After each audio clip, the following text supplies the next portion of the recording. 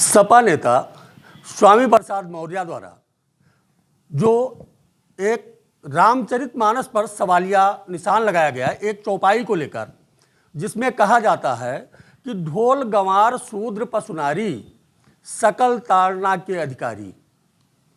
इसको लेकर पूरे प्रदेश में क्या, ये मान लीजिए पूरे देश में एक विवाद छिड़ा हुआ है। लोग भ्रम की स्थिति में हैं कि गोस्वामी तुलसीदास जी क्या कहना चाह रहे थे और उसकी व्याख्या किस रूप में समाजवादी पार्टी के उक्त नेता के द्वारा किया गया। तो मेरे साथ विश्व हिंदू महासंघ के जिला अध्यक्ष विजय मिश्रा जी हैं। मैं आपसे जानूंगा कि इस चौपाई का भावार्थ क्या है और इस चौपाई को लेकर जो राजनीति की जा रही है वो कहां तक सही है। तो विजय मिश्रा जी, सबसे पहले आपका स्वागत है केएनपी न्यूज़ पर। ये जो मामला है, जो चौपाई को लेकर एक विवाद तैयार हुआ है, इस पर क्या कहना चाहेंगे? देखिए, ऐसा है कि विवाद तो हर जगह लोग पैदा करते हैं। जिन्होंने ये लिखा है उनके द्वारा ऐसा कोई विवाद की रचना नहीं की गई है। स्वामी प्रसाद मौर्य जैसे तमाम नेता ऐसे हैं कि जो विवाद को पैदा करते हैं। और मैं ये कहना चाहता हूँ कि ऐसे मानव रूपी दैत्य से सभी को, पूरे समाज को बच के रहना चाहिए। ये आप जान लीजिए कि जैसे ये अवध में, हम तो अवध के ही रहने वाले हैं, अवध के गोस्वामी तुलसीदास जी रहने वाले हैं, हमारे इसी जिले के रहने वाले हैं।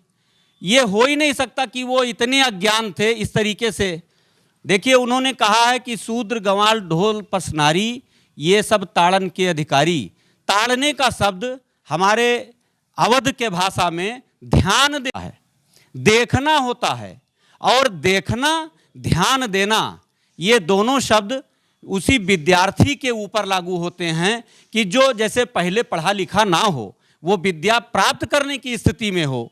ऐसी स्थिति में उसको ध्यान देने की ज़रूरत है और ताड़ने की ज़रूरत है। हम अपने शब्द में ताड़ना कहते हैं। रह गई बात स्वामी प्रसाद मौर्य की, सस्ती लोकप्रियता करने के चक्कर में, हासिल करने के चक्कर में ये राक्षस रूपी मनुष्य, ऐसे इनके जैसे तमाम लोग हैं जो सस्ती लोकप्रियता के चक्कर में हैं। हम ये केवल कहना चाहते हैं कि ऐसे लोगों से समाज को बचना चाहिए। और ये शब्द गोस्वामी तुलसीदास जी ने लिखा है, तब लिखा है जब समुद्र ने कहा है कि जो है, जब भगवान राम गए हैं उनके पास, भगवान राम क्रोधित थे, तो समुद्र ने बताया कि हम तो आपके पूर्वजों के द्वारा ही पैदा हुए हैं और आज आप हमको सूखने की बात करते हैं, हम सूख जाएंगे तो हमारी क्या स्थिति होगी। और उसी समय समंदर ने कहा है इस बात को, तुलसीदास जी ने नहीं कहा है, तुलसीदास जी ने तो लिखा है। केवल ऐसी बातें बार बार आया करती हैं समाज में, वो केवल सस्ती लोकप्रियता के चक्कर में अपने। मिश्रा जी, जो स्वामी प्रसाद जी का तर्क है शूद्र कहकर, क्या शूद्र उनका मतलब गोस्वामी जी ने जाति से लिया है या कहीं अलग से? देखिए, मैं वर्ण की बात आपने जब करी तो वर्ण जो है वो इस तरीके से है कि मस्तक पे ब्राह्मण और भुजाओं में क्षत्रिय, पेट में, उदर में आपके वो वैश्य और पैर में आपके शूद्र। इस तरीके से वर्ण में बांटा गया, वर्ण में कहा गया है। हम कह रहे हैं कोई भी चीज़, आज हम नंगे खड़े हैं और सड़क के किनारे से गाड़ियां निकल रही, धूल उड़ रहे हैं, तो हमारे शरीर पर जमा होंगे। अगर हम नहाएंगे नहीं, धोएंगे नहीं, साफ सुथरा नहीं करेंगे तो निश्चित रूप से एक दिन ऐसा आएगा कि हमारी चमड़ी भी बेकार हो जाएगी, फट जाएगी चमड़ी। तो हम कह रहे हैं कि वर्ण की व्यवस्था में कहीं से भी कोई ऐसी त्रुटि शास्त्रों के अनुसार नहीं है, लेकिन वो समय बीतता क्या और कहीं कहीं भ्रांतियां पैदा हो गई। ऐसे स्वामी प्रसाद मौर्य जी जैसे लोगों ने भ्रांतियां पैदा कर दी। हम तो कह रहे हैं कि हम भी पैर छू करके प्रणाम करते हैं लोगों को। और भगवान राम ने जब 14 वर्ष का वनवास किया है, जब वो अल्पकाल में, बाल्यकाल में थे, तब भी उन्होंने प्रणाम किया है पैर छू करके। जब वो राजा थे तब भी पैर, आज का भी राजा, आज का भी प्रधानमंत्री, आज के मुख्यमंत्री पैर छू करके प्रणाम करते हैं। तो कहाँ से ये शब्द बहुत पवित्र है। केवल यहाँ पर समय समय के अनुसार उसको जो है देखा नहीं गया, तो उसमें तमाम भ्रांतियां पैदा हो गई हैं और कोई गलत नहीं है, चाहे वो समुद्र ने कहा हो और चाहे वो तुलसीदास जी ने लिखा हो। आपके कहने का मतलब यह रहा कि जन्मने जायते शूद्रा, जन्म से सारे लोग शूद्र होते हैं। हाँ। तो इसमें कहीं जाति की व्यवस्था नहीं है। जाति को लेकर रामचरितमानस में गोस्वामी जी ने कोई ऐसी टिप्पणी नहीं की है, यह तो कहना चाह रहे हैं। कोई जाति की बात नहीं है। हम शास्त्रों के अनुसार अगर देखें तो केवल दो ही जातियां थी, एक देवता देव और दूसरा जो है वो दैत्य। बस जो अच्छा काम करते थे वो देवतुल्य हो जाते थे और जो गलत काम करते थे वो राक्षस के रूप में थे। बस। तो क्या हिंदू महासंघ जो आपका विश्व हिंदू महासंघ है, इस टिप्पणी को लेकर स्वामी प्रसाद मौर्य के बारे में क्या जनता को जागरूक करने के लिए भी कोई कार्य करेगा? हाँ, बिल्कुल करेंगे। हम तो अब अभी जो है संत शिरोमणि रविदास जी का जो है जयंती मना रहे हैं हम लोग और जा करके गांव में जागरण करने का काम कर रहे हैं। ऐसे नेता जो सस्ती लोकप्रियता के चक्कर में वो कुछ भी कर सकते हैं। वो तो ये कह देंगे कि हमारे बाप का ही अता पता नहीं है। हमारे बाप कौन थे? उनको ये भी कहने में कोई शर्म थोड़ी ना आएगी जब वो अपने धर्मशास्त्र के बारे में गलत टिप्पणी कर सकते हैं और उनकी हैसियत नहीं है कि वो ईसाई के इस्लाम के खिलाफ कोई बात बोल दें। तो हमारा आज कर्तव्य है कि हम अपने हिंदू समाज को बचाने के लिए गांव-गांव में जाकर के ऐसे तमाम स्वामी प्रसाद मौर्य जो अभी छुप करके बैठे हुए हैं, चाहे वो गांव हो चाहे वो शहर हो, ऐसे लोगों को जो है भगाने का काम करेंगे और गांव में हम अपने समाज को एकत्रित करने का काम करेंगे। निश्चित रूप से हम जो है कार्यक्रम है, अभी एक हफ्ते का एक पखवाड़े का कार्यक्रम है। प्रदेश अध्यक्ष श्री भिखारी प्रसाद प्रजापति जी के साथ साथ तमाम प्रदेश के हमारे ओम प्रकाश यादव जी हैं और हमारे देवी पाटन मंडल के भानु प्रताप सिंह जी हैं, ये प्रभारी हैं। सब लोग लग करके गांव-गांव में अपना कार्यक्रम चला रहे हैं। अभी एक पखवाड़े का कार्यक्रम है, इसमें हम हिंदुओं को संगठित करने का काम करेंगे और हिंदुओं को जागृत करने का काम करेंगे। ऐसे राक्षसों से बच के रहने के लिए हम लोग दिशा निर्देश देते हैं और उनसे निवेदन भी करते हैं कि आप लोग ऐसे राक्षसों से बचें, क्योंकि सस्ती लोकप्रियता के लिए ये कुछ भी करने को तैयार हैं। आपके कहने का मतलब ये रहा कि स्वामी प्रसाद मौर्य ये हिंदुओं को बांटने का काम कर रहे हैं। बिल्कुल बांटने का काम करते हैं और केवल स्वामी प्रसाद मौर्य ही नहीं, उनके जो शीर्ष नेतृत्व है वो भी बांटने का काम करता है। विपक्ष की तमाम ऐसी पार्टियां हैं जो भगवा का विरोध करती हैं। वो भगवा का सम्मान आज तक उन्होंने करना सीखा ही नहीं समाज में। अभी मैं इतना कहना चाहता हूं कि कुछ ऐसे नेता आए जिन्होंने भगवा का सम्मान किया तो हिंदुओं का सम्मान बचा और पूरे भारत के अंदर नहीं पूरे विश्व में भगवा का परचम लहराया है। ये इसलिए हुआ है कि आज हिंदू समाज जाग उठा है, हिंदू समाज उठ करके खड़ा हुआ है, इसलिए भगवा का सम्मान बचा है। समय समय पर ऐसे भेड़िए भगवा समाज को खाने के लिए आतुर रहते हैं और भविष्य में रहेंगे भी। हमें समय के अनुसार समय को पहचान करके हमें अपने अनुसार अपने समाज को संगठित करना है और इनको मुंहतोड़ जवाब देना है। हमारे समाज के लोग तो यहाँ तक तैयार, इस जनपद के लोग परसपुर में जो है गोस्वामी तुलसीदास जी ने जन्म लिया है और मैं इतना कहना चाहता हूँ कि अगर इस क्षेत्र में स्वामी प्रसाद मौर्य या बिहार का वो नालायक मंत्री अगर दिखाई पड़े तो उसका कुर्ता नहीं, उसकी वो हसर हम लोग करेंगे कि वो जीवन भर याद करेंगे कि सस्ती लोकप्रियता के चक्कर में किसी के धर्मशास्त्र को छूना ये बहुत ही गलत कार्य और घृणित कार्य है। नहीं तो हिंदू धर्म के ही मतावलंबी हैं जिन्होंने स्वामी प्रसाद मौर्य की बात को मानकर रामचरितमानस की प्रतियां चलाई हैं, उनको आप क्या कहना चाहेंगे? मैं केवल इतना कहना चाहता हूं कि वो हिंदू धर्म में होते हुए भी वो किसी पार्टी से प्रेरित हैं और वो पार्टी के शीर्ष नेताओं का निर्देश आदेश है कि ऐसा किया जाए, इसलिए वो करने जा रहे हैं। और जो जिन लोगों ने जलाया है, मैं कहना चाहता हूं कि हर धर्म में लोग कुछ ना कुछ इस तरीके से होते हैं जो बहकावे में आ जाते हैं। आज हमारे समाज को बहकावे में ये डालने की कोशिश कर रहे हैं, लेकिन हम लोग प्रयास कर रहे हैं कि ऐसा नहीं होने देंगे और ना ऐसा होने पाएगा। अपने साथ हिंदू नेता अनिरुद्ध शाही जी भी हैं, मैं आपसे जानूंगा कि इस पर आपकी क्या राय है। जी शाही जी। ये स्वामी प्रसाद मौर्य जी जो बोल गए हैं ये अनभिज्ञ हैं, बहुत कुछ शिक्षा के बारे में जानते नहीं हैं, इसलिए ये बोल करके एक हिंदुओं के प्रति जाति को बांटने का कुचक्र रच रहे हैं। इधर जो है हिंदू जनमानस भगवान राम को आराध्य मानते हुए एकजुट हो रहा था। एकजुट कहाँ हो रहा था? भाजपा के पक्ष में हो रहा था। इसमें सारी विपक्ष की जो पार्टियां हैं, चाहे सपा हो, चाहे बसपा हो, चाहे कांग्रेस हो, ये कमोबेश मिले हुए हैं। ये सोच रहे थे कि इसमें अगुवाई तो उसमें सपा ने किया, सपा के स्वामी प्रसाद मौर्य ने किया कि इसको अगर हम रोकेंगे नहीं किसी स्तर पे, तो रोकने का जो कुचक्र उन्होंने सोचा, वो सोचा हिंदू जातियों को बांट दिया जाए, जाति में बांट दिया जाए। और जबकि इसमें ये चारों जो वर्ण बने थे, ये कर्म के आधार पर बनाए गए थे, जात के आधार पर नहीं। क्षत्रिय रक्षा करेगा तो वो क्षत्रिय कहलाएगा, व्यापार करेगा तो वैश्य कहलाएगा, धर्म का कार्य करेगा, शिक्षा का कार्य करेगा तो ब्राह्मण कहलाएगा, और सेवा का कार्य करेगा तो शूद्र कहलाएगा। लेकिन इसको कुछ समय के बाद लोगों ने कुचक्र के साथ जो है इसको जातियों में बांट दिया, क्योंकि उनका वोट बैंक इसमें सिद्ध होता था। आज स्वामी प्रसाद मौर्य वही काम कर रहे हैं कि ताकि लोग जात में बढ़ जाएं और भाजपा कमज़ोर हो जाए, हिंदू कमज़ोर हो जाए। और हिंदू जब कमज़ोर होगा तो हिंदुस्तान की दुर्दशा तो पहले से इतिहास साक्षी है उस बात का कि मुगल काफ़ी दिन शासन, अंग्रेज़ काफ़ी दिन शासन किए, दूसरों के हाथ में गुलाम रहा भारत।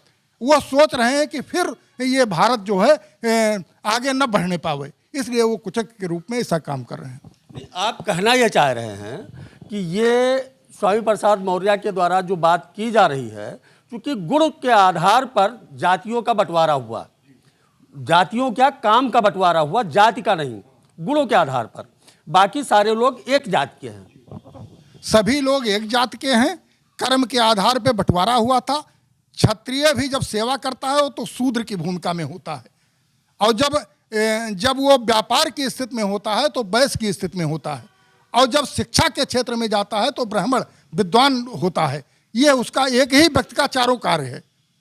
लेकिन स्वामी प्रसाद मौर्य इस बात से अनभिज्ञ हैं, या जानते हुए अनजान बन रहे हैं। हिंदू समाज कैसे विघटित हो, कैसे टूटे, वह कुचक्र कर रहे हैं। अपने साथ अन्य सहयोगी भी हैं, मैं आपसे जानूंगा कि क्या सोच रखते हैं रामचरितमानस की इस चौपाई को लेकर।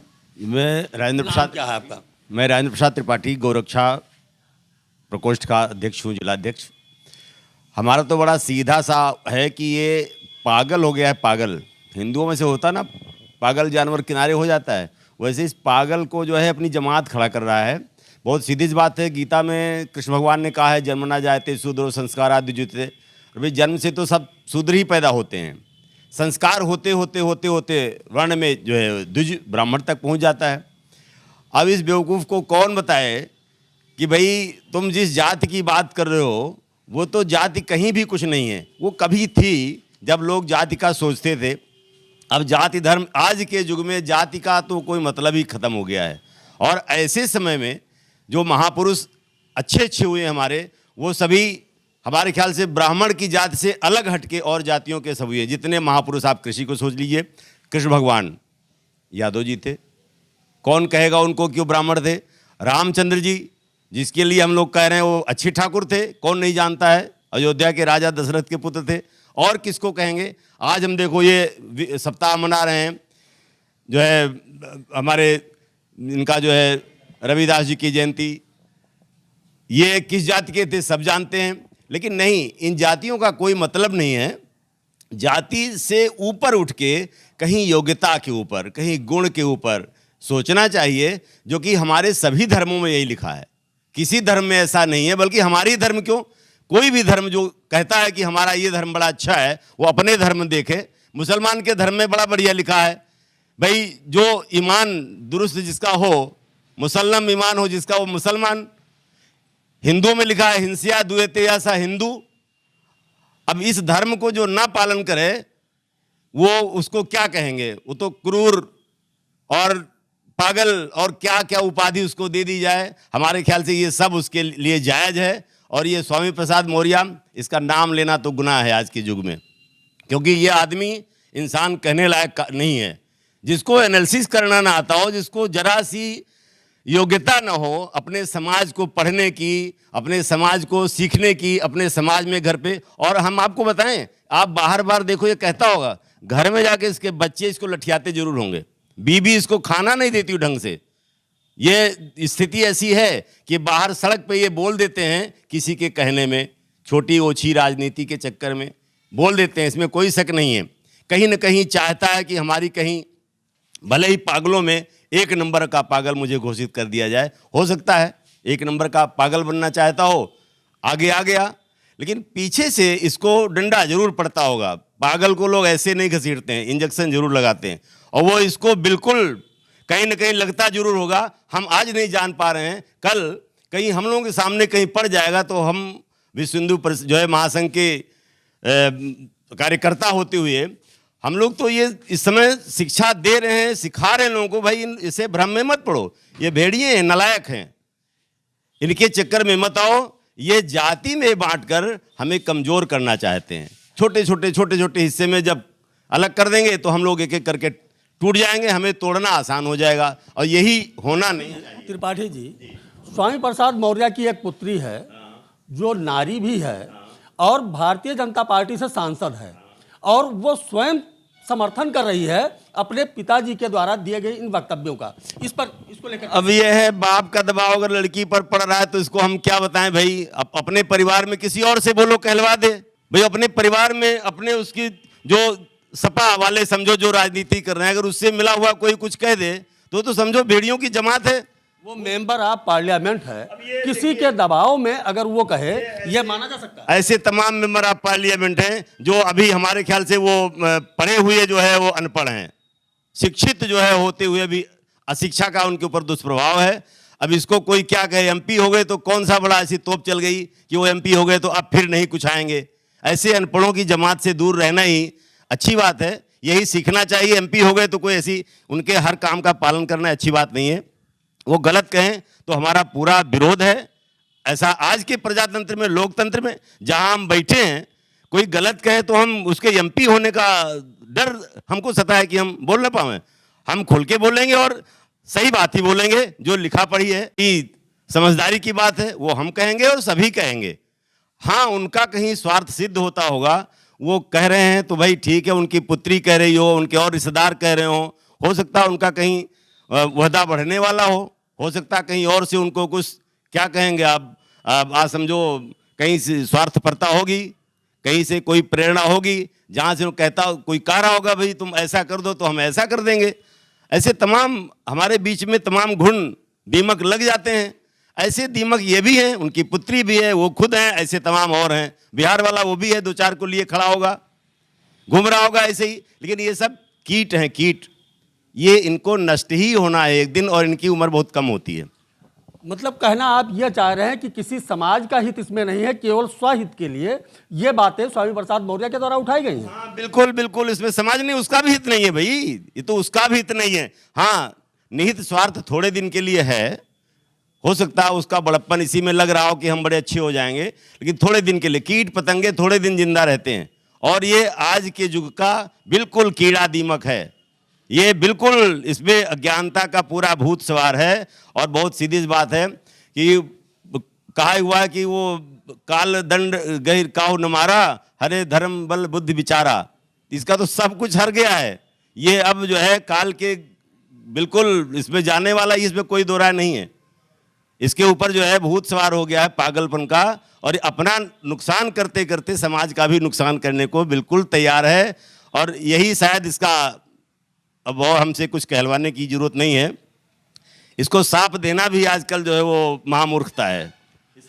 हिंदू धर्म ग्रंथों के कुछ ऐसे रचयिता हैं, लेखक हैं, जैसे महर्षि वाल्मीकि और वेदव्यास, जिनको वो लोग तो दलित मान रहे हैं, शूद्र मान रहे हैं।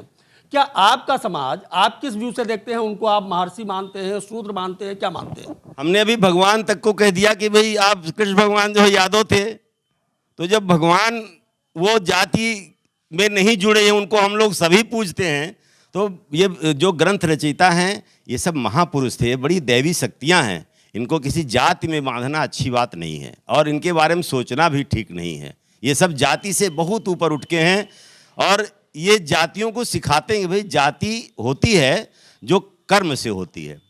आप कर्म से जुड़े रहिए, जाति अपने आप निकलती चली जाएगी। आप किसी भी समय में किसी और जाति के बन सकते हैं। हमारे सभी लोग ऐसे ही कहते हैं, और यही सही भी है। समय के साथ साथ आप किसी भी जाति में जा सकते हैं। सेवा करेंगे शूद्र हो गए, रक्षा करेंगे किसी की तो आप ठाकुर क्षत्रिय हो गए, ज्ञानी हो गए, विद्वान हो गए, शिक्षा देंगे, पढ़े पढ़ाएंगे तो आप पंडित हो गए, ब्राह्मण हो गए। इसमें कोई बड़ी बात नहीं कि इसको कहा जाए कि ये किसी जाति से बंधे हुए महापुरुष हमारे कभी नहीं रहे हैं और ना अब कभी रहेंगे। इतने इतने बड़े ग्रंथ लिख दिए जिस पर आजकल टीका टिप्पट कोई कर नहीं पाया।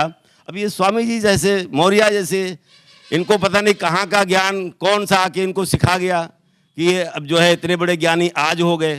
क्या उम्र होगी इनकी, क्या अब तक ये ज्ञान इनको नहीं मिला था? आज कौन पंडित, कौन दैवी शक्ति इसको आके समझा गया कि आज ये कह रहा है? तो बिल्कुल पक्की बात है, ये स्वार्थपरता से घिरा हुआ है और ये आदमी खुद का कहीं कहीं हो सकता है कुछ क्षणिक इसको जो है लाभ मिल रहा हो, उसके चक्कर में हो, कल को सुधर जाएगा, ऐसी कोई बात नहीं है। हम लोग, ये हमारा जो हिंदू धर्म है ये किसी को भी सुधरने का मौका देता है, अशांत नहीं है। हिंदू धर्म हमारा शांत है और लोगों को जो है समझाता है कि भाई ठीक है, बिगड़ मत जा, दिन भर भटके रहा, शाम को घर आ जाना, तब देख लेंगे।